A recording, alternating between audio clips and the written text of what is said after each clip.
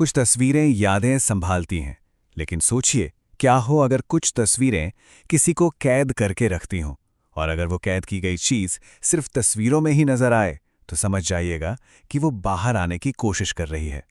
आज हम एक ऐसे ही डॉक्यूमेंटेड केस को एनालाइज करने वाले हैं, द शटर ऑफ शैडोज।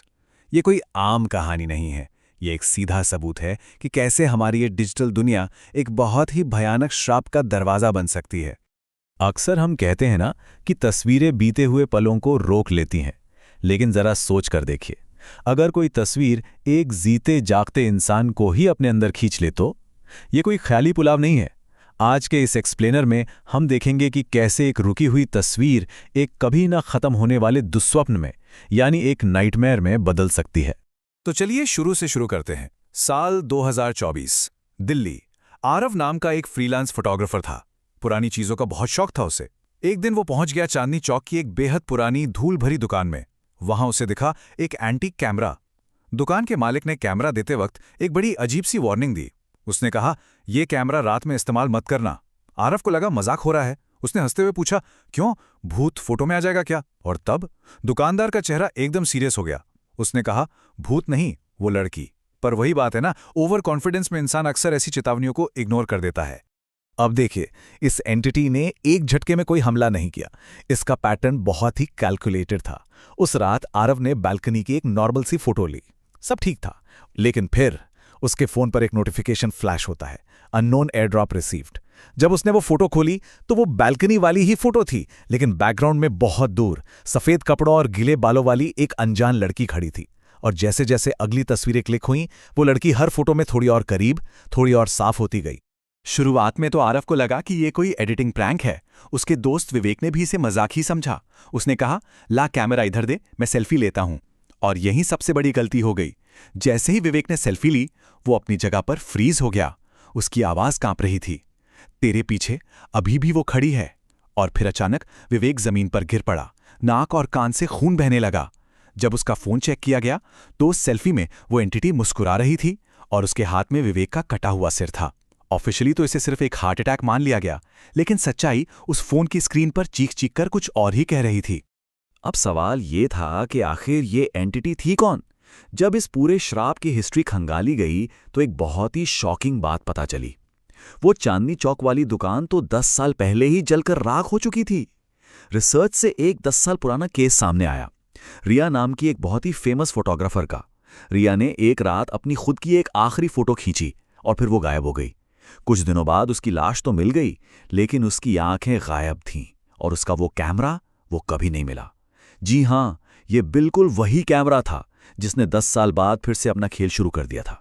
अगर हम पैरानॉर्मल इन्वेस्टिगेशंस की बात करें तो रात का एक खास वक्त बहुत ही खतरनाक माना जाता है।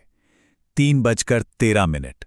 बिल्कुल इसी टाइम पर यह पूरी घटना एक शांत, डरावने एहसास से बदलकर एक सीधे और खौफनाक हमले में बदल गई। यही वो पॉइंट था जब इस एंटिटी ने डिजिटल दुनिया से निकलकर रियल वर्ल्ड में पूरी ताकत के साथ घुसपैठ शुरू कर दी। ठीक 3:13 पर आरव के फोन पर एक अननोन नंबर से मैसेज आता है। उसमें लिखा था, डोंट स्टॉप टेकिंग फोटोज। और तभी फोन की गैलरी अपने आप खुल गई। उसमें आरव की सोते हुए सैकड़ों नई तस्वीरें थीं। मतलब कोई उसी के कमरे में मौजूद था जो लगातार उसकी तस्वीरें ले रहा था। जब आखिरी फोटो खुली तो आरव के बिल्कुल पास वही लड़की बैठी थी, सड़ी हुई आंखें, टूटा हुआ जबड़ा और एक अजीब सी मुस्कान। और फोटो के ठीक नीचे एक कैप्शन था, अब तुम्हारी बारी है। अब तक ये श्राप सिर्फ उस पुराने एंटीक कैमरे तक ही लिमिटेड नहीं था। ये एक वायरस की तरह फैल चुका था। टीवी की स्क्रीन हो, कार का मिरर हो या फिर मोबाइल का फ्रंट कैमरा, हर रिफ्लेक्टिव सरफेस उस एंटिटी का नया हथियार बन गया था।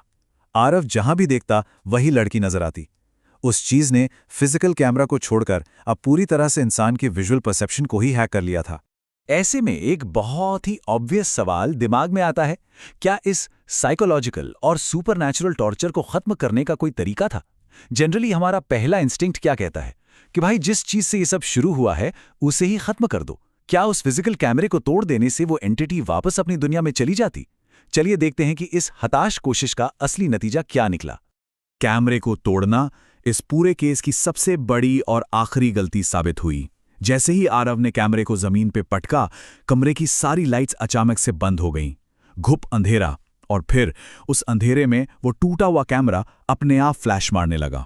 हर एक फ्लैश के साथ वो लड़की थोड़ी और करीब आती गई। कैमरे को तोड़ने से वो श्राप खत्म नहीं हुआ, बल्कि उसने उस एंटिटी के लिए इस दुनिया का दरवाजा पूरी तरह से खोल दिया। आरव वहां से बचने के लिए भागा, लेकिन अचानक उसके फोन का फ्रंट कैमरा खुद ही ऑन हो गया। स्क्रीन के अंदर से उस लड़की ने धीरे धीरे अपना हाथ बाहर निकाला और आरव के कंधे पर रख दिया और एक बहुत ही खौफनाक आवाज में फुसफुसाई, अब तुम भी तस्वीरों में रहोगे। ये वो पल था जब फिजिकल कांटेक्ट पूरी तरह से एस्टैब्लिश हो गया। हमारी दुनिया से उस डिजिटल जेल में जाने का वो डरावना प्रोसेस अब पूरा हो चुका था। अगली सुबह जब पुलिस इन्वेस्टिगेशन हुई तो जो मिला वो किसी के भी होश उड़ा देने के लिए काफी था। कमरा अंदर से लॉक था, लेकिन अंदर कोई नहीं था। आरव का कहीं कोई नामो निशान नहीं था। फर्श पर सिर्फ वो पुराना कैमरा पड़ा हुआ था। जब पुलिस ने उस कैमरे की गैलरी चेक की तो आखिरी फोटो में रिया मुस्कुरा रही थी और उसके ठीक बगल में आरव खड़ा था। उसकी आंखें पूरी तरह से काली हो चुकी थी और उस फोटो के नीचे एक लाइन लिखी थी, नेक्स्ट फोटो कमिंग सून। आजकल हम सभी को हर पल तस्वीरें खींचने और डिजिटल यादें बनाने का बड़ा शौक है, लेकिन इस पूरे केस फाइल को एनालाइज करने के बाद एक बहुत ही साफ और डरावनी चेतावनी मिलती है। अगर रात में कभी फोटो खींचो और बैकग्राउंड में कोई अनजान चेहरा दिख जाए तो गलती से भी उसे जूम मत करना, क्योंकि कभी कभी कैमरे का लेंस सिर्फ रोशनी कैप्चर नहीं करता बल्कि उन चीजों को भी खींच लेता है जिन्हें हमारी दुनिया में नहीं होना चाहिए। तो अगली बार कैमरे का शटर दबाने से पहले एक बार अपने पीछे जरूर देख लीजिएगा।